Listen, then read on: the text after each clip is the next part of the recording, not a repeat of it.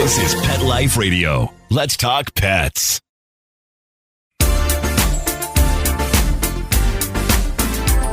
Rappaport to the rescue with award-winning animal advocate, best-selling author, journalist, and pet products creator, Jill Rappaport.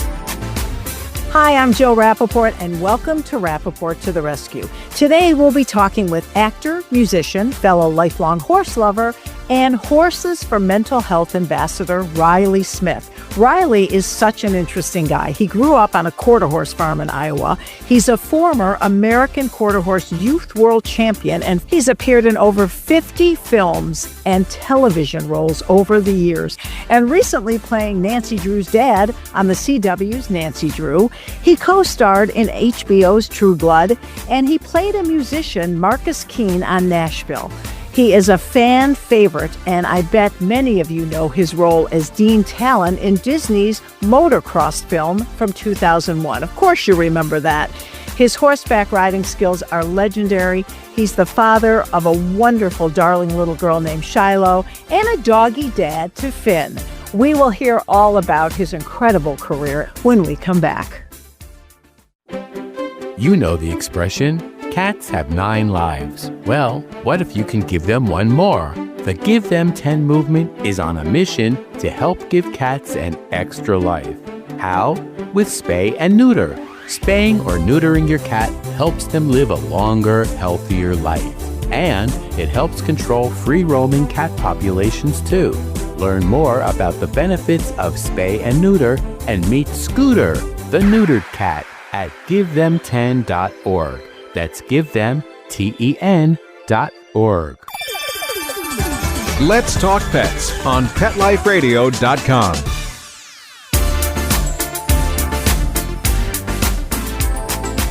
Welcome back to Rappaport to the Rescue. I'm Jill Rappaport. You heard my intro. Riley Smith, I couldn't even believe all the things you've done. And I said, considering your age, it's pretty incredible. Actor, musician, accomplished horseman. We were both 2 of the first ambassadors for Horses for Mental Health. And you are a star in the quarter horse world. And of course, I have quarter horses, so I loved you right from the beginning. So great to have you on the show, Riley. Thank you for having me. I mean, I guess your intro just means I'm old. I've been doing it a long time. No, it means you're talented and you're very accomplished starting at a very young age. Yeah. Well, I started right out of high school. I think a month after I graduated high school, I moved to New York and started to give it a whirl. And then things took off really quickly. And then now it's just been a long journey. I call myself a journeyman actor, entertainer. Well, what I love is you're so diversified. A little acting, a little singing, a little riding. What haven't you done? Well, there's a lot that I still want to accomplish. But, it's interesting how one thing kind of naturally led to the next, honestly. I started getting acting roles where I got to play a singer, and then that kind of turned into singing. And then I did get a lot of acting roles where I got to ride horses, because only so many actors know how to ride horses. And it's not good if you say you know how to and you have no experience. That can be really dangerous. And so, it was great how one thing just kind of led to the other. I call it Plinko, the game from Price is Right.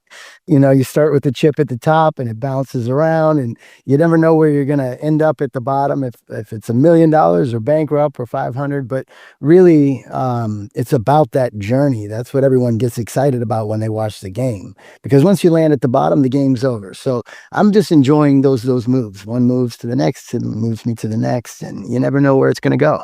And all those moves have been so different, from movies, TV, music. Talk about some of those hit moves that you've landed. I find that you can't really plan out your career. A lot of people want to plan it out, and I'm going to do this, and then that's going to do this. And really, the biggest blessings come when you least expect it, and it's not planned out, Sometimes you don't even know that it's going to be the thing that's going to set you off, catapult you. I mean, when I first started off, I got really lucky with a lot of teen movies. And let's talk about those. Mention some of your hits. Well, I mean, you see this helmet right up here. That's a motocross helmet. That's from the hit Disney movie called Motocross, which to this day, when I leave the house, every day, no matter 95 projects, it's the one thing I get recognized for on a daily basis. And it's Wow. crazy to me because when I did that movie, I was young and I was just happy to be doing a movie. And I had no idea that it was going to be one of those that people talked about for 30 years, 25 years. So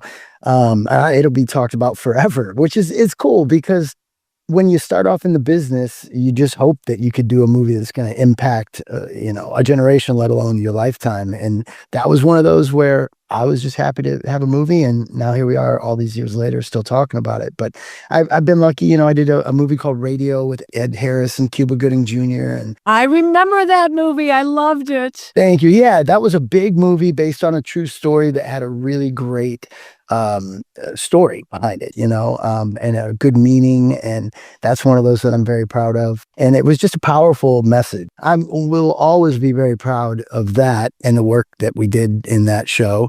And Dennis Quaid, I'm sure you know this, is a very accomplished horseman. He's in my book, People We Know Horses They Love. And I bet you had that in common. You're two very hot cowboys. Thank you. Yes. No, I did know that about Dennis, and Dennis also has a band, plays music. So Yeah. we have a lot of parallels there. It's just been one of those careers that just keeps blowing me to, I don't know where it's going to go. And I've learned to kind of let go and just enjoy the ride. No pun intended, really. And speaking of ride, because Yeah. after all, this is Rappaport to the Rescue. It's animal-based and the animals we love and who rescued who, so to speak. You are an incredible horseman, really an accomplished rider. And let's talk about all the awards and the honors in the quarter horse world. Wow. Well, I owe all that to my father. He's I call him the Tiger Woods of quarter horses. He's a very accomplished horse trainer, judge. So I grew up on a quarter horse ranch in Iowa, was riding before I could walk. I had my first pony. His name was Pepper, and I got thrown off of Pepper and broke my collarbone. And, I had been riding as long as I was alive. So horses have always been in my blood, and I love them. I believe in them, and I've always tried to support them. But yeah, I got involved in the showing aspect of it when I was about 7 or 8. I really got competitive, and I won the American Quarter Horse Congress, which is the largest single breed show. Unbelievable. That's the Oscars of the horse world. And I was doing the small fry Western horsemanship where you just Wow. walk and trot.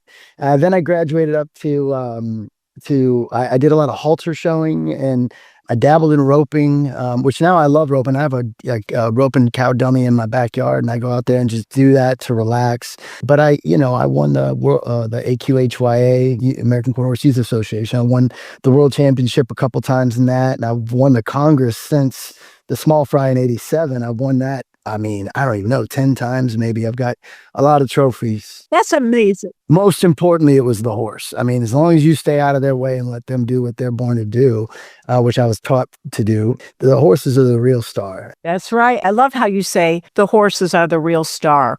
Why did you get involved with Horses for Mental Health? Because this is not about showing, it's not about glory, it's just about paying homage to how wonderful they are and how they help us so much emotionally. Yeah, well, the reason I really got involved, and this is a story I haven't talked about much in my life, but I chose to do it for the first time with Horses for Mental Health, was when I was in 8th grade. So I believe I was like 12, 13. I woke up one morning and I had mono and I was sick. And I went down to the kitchen table to eat, and I went to put the spoon to my mouth for cereal, and I literally it went like this. And it was the weirdest thing. I couldn't get my hand to go to my mouth, even though my brain was telling it to. And I saw my mom look concerned right away. She took me to our doctor, and I remember, and this is about the last thing I remember, but he said, I've only read about it. It's very rare. I've never seen anybody have it, but I think you have this autoimmune disease called Guillain-Barré. And it's Guillain-Barré is kind of how it looks and spelled out. And he said, we need to send you to the University of Iowa Hospital. And they did CAT scans and everything. And they found a big cloud in my brain. And sure enough, I had Guillain-Barré. And I went completely paralyzed. I was laid up in a bed for about 2 or 3 months, I believe. I don't remember a lot of it. And then after that, it was kind of what people told me. And I had to relearn how to walk and talk again. My speech went really slurred. I lost all motion in my face. face. Everything started to droop. And then I do remember coming out of it a little bit because I got lucky. Most people don't fully heal from this. A lot of them stay paralyzed for life. I had to have a walker, which was hard in 8th grade. The kids didn't understand that. And I got picked on. And it was about a year to fully recover. And then even after that, for a good, all the way through high school, I remember if I would get too tired or run down, my speech would get slurred and my fingers would get tingly. And wasn't it a horse that helped you? Yeah. So my mom and dad had an idea to put me on the back of one of our oldest mares that was just really great for us. And I had a gelding as well named Famous Brick. And they would put me on these horses and just let me ride around, pet them.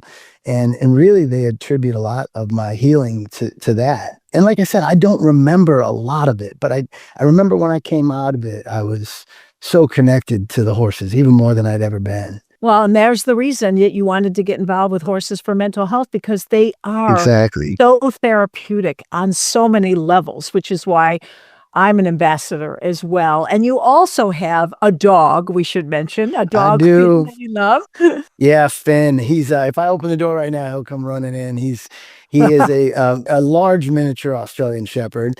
And, Australian Shepherds are the best. We grew up with them on the ranch, and they're great cattle dogs, herding dogs, but they're amazing. Like my daughter and he are best friends. He protects her. Even if I go to jump at her, like jokingly, like, hey, come here, he'll jump up and like literally get in between us. He's so protective, so smart.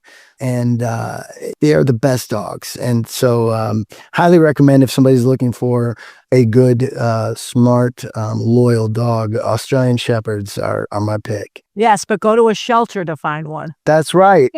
That's my message. There are plenty that need homes. And I know the other great love in your life is your daughter, Shiloh. Yes, right. And you actually came up with a device to protect her. I did. Sometimes the best creations or inventions come from a true, honest need. And I was taking Shiloh all the time to zoos and aquariums and parks and things like that. And I was like, how do I put an air tag on my child? And everything that was on the market that I could find was like these bulky keychains or clothespins. And so I got with a family friend and we made it. It's called the Pocket Buddy. We sell them on Amazon right now. It's comfortable and it's breathable, and your AirTag is going to be secure and, most importantly, discreet. It's amazing that you came up with this invention, and I just wanted to thank you. I know that your daughter is under the weather today, and we're so kind to take the time out. Oh, I just want to thank you for having me, and I want to thank you for spreading the word on taking care of animals and looking after animals. I think it's a wonderful thing that you're doing, and I'm a big fan of yours. Oh, well, listen, you're incredible. And I always ask my singers, sorry to do this to you, want to give us a few bars of one of your favorite songs? And I can't stop thinking about you. I'm on fire. No, I can't stop thinking about you. I'm on fire. Any other day, man, I'd be okay. But tonight, I'm drinking alone. And I can't stop thinking about you. Can I come home? There you go. Wow. And I really believe that was directed right to me, Riley. It was. It was. Well, thank you so much. I wish you and your family, 2-legs and 4-legged members, the most beautiful, healthy, wonderful holiday season. And I hope your daughter, Shiloh, gets well soon. Thank you so much, you two. Happy holidays. It was great talking to you. Thanks for having me on. Oh, it was my pleasure. And you want to stay tuned, Riley, because coming up, I'm on location in New York City with our cat correspondent, Deborah Cribbs. The stockings have been hung, the presents wrapped, and under the tree. And soon, Christmas will be here. Happy holiday season. From Pet Life Radio, let's talk pets. Let's talk pets. Let's talk pets. On Pet Life Radio. Pet Life Radio. PetLifeRadio.com.